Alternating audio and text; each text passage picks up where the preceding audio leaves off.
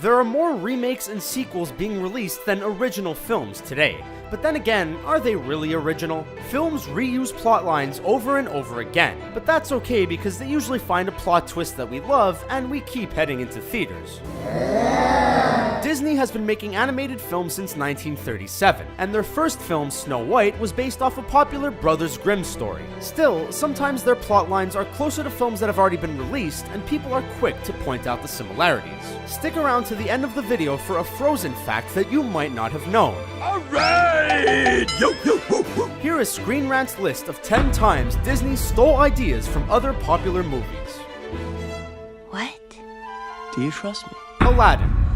Nearly 30 years in the making, Miramax released The Thief and the Cobbler in 1995. Miramax, which was a subsidiary of Disney at the time, was supposed to beat Aladdin into theaters, but did not. When watching the two films, it's impossible not to see the similarities. Both villains had a bird as a partner in crime. I can't take it anymore! Numerous costumes looked the same, and the villain in Cobbler looked a great deal like Aladdin's genie. Both of these films are considered classic animations today, even if you see the similarities. Oh, all of you, come over here. Big group hug. Group hug. Hello? Oh, yeah! Ah! Whoa! Toy Story. The story of toys coming to life when humans aren't around, and these toys having their own secret life, was the plotline of a Jim Henson special released in 1986. Henson released a special called The Christmas Toy, where the protagonist is desperate to keep his status as the favorite toy. When a new toy arrives that is space-themed, she doesn't believe that she is one. Doesn't that sound similar to the storyline of 1995's Toy Story? Oh, shut up. It's okay, Disney has worked with the Henson team for many years, and today they even own the Muppets. Wait till you see which film's plotline is similar to Toy Story 2. No! Monsters, Inc.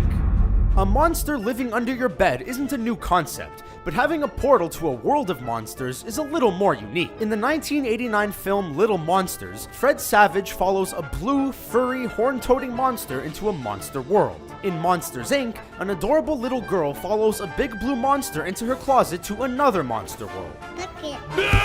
The few people who have actually seen both films saw the similarities, but there is less in common than there is in common. Now, if Fred Savage returned to this monster land to go to college, then we might have an issue with Disney. The Incredibles. 2004's The Incredibles is about a family of 4 with these superpowers: superhuman strength, ability to be invisible, super speed, and the ability to stretch and flex like rubber. Another story of 4 superheroes with superpowers is the Fantastic Four, with their superpowers being superhuman strength, ability to be invisible, ability to generate flames and fly, and the ability to stretch and flex like rubber. 3 out of 4 are the same, but what happens when Baby Jack Jack finds his powers? He can self-combust, levitate, and teleport. That sounds pretty close to us. What do you think? Everything is all right. The Lion King. The Lion King was billed as Disney's first big animated feature that wasn't a retelling of a fairy tale or a previous story. So when the similarities to the Japanese-created American television cartoon series called Kimba the White Lion were revealed, it was a little shocking. From the plotline to the strong image of a lion standing atop Pride Rock, all of this can be seen in the cartoon series. Still, Disney states that The Lion King was based off of Bambi and Hamlet, despite the similarities.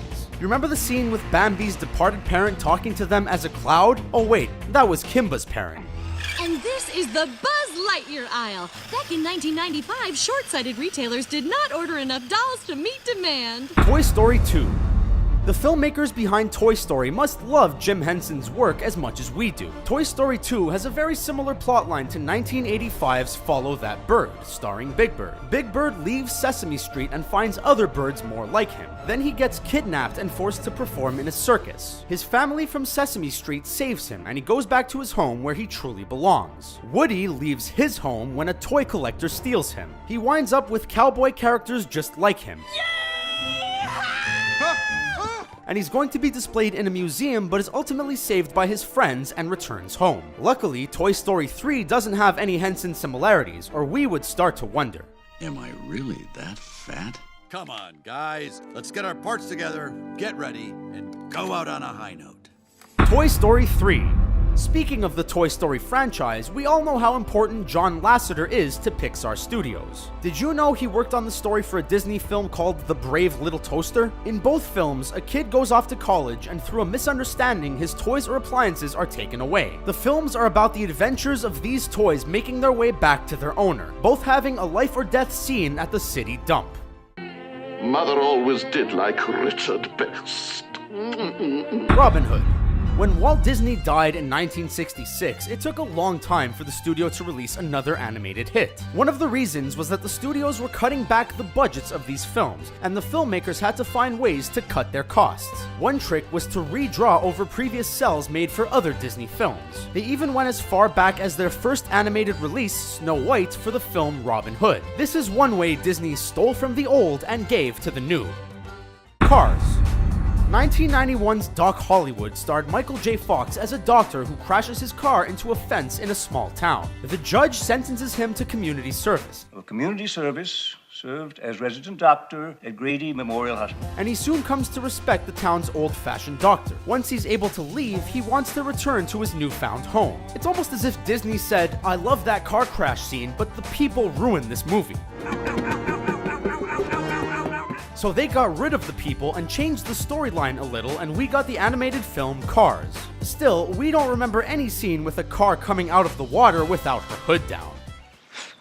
Hi everyone, I'm Olaf, and I like warm hugs. Frozen. The story of a snowman that comes to life is nothing new, but tell that to animator Kelly Wilson, who made the 2009 short The Snowman. In Frozen's teaser, Olaf sneezes off his nose, and Kristoff's reindeer Sven goes after that carrot nose. In The Snowman, after the snowman loses his nose, bunnies try to take it from him. Some of the shots are even identical to Disney's teaser. Either way, the movie Frozen melted our hearts, and The Snowman was adorable to watch too. It's like a little baby unicorn. What? Hey, whoa!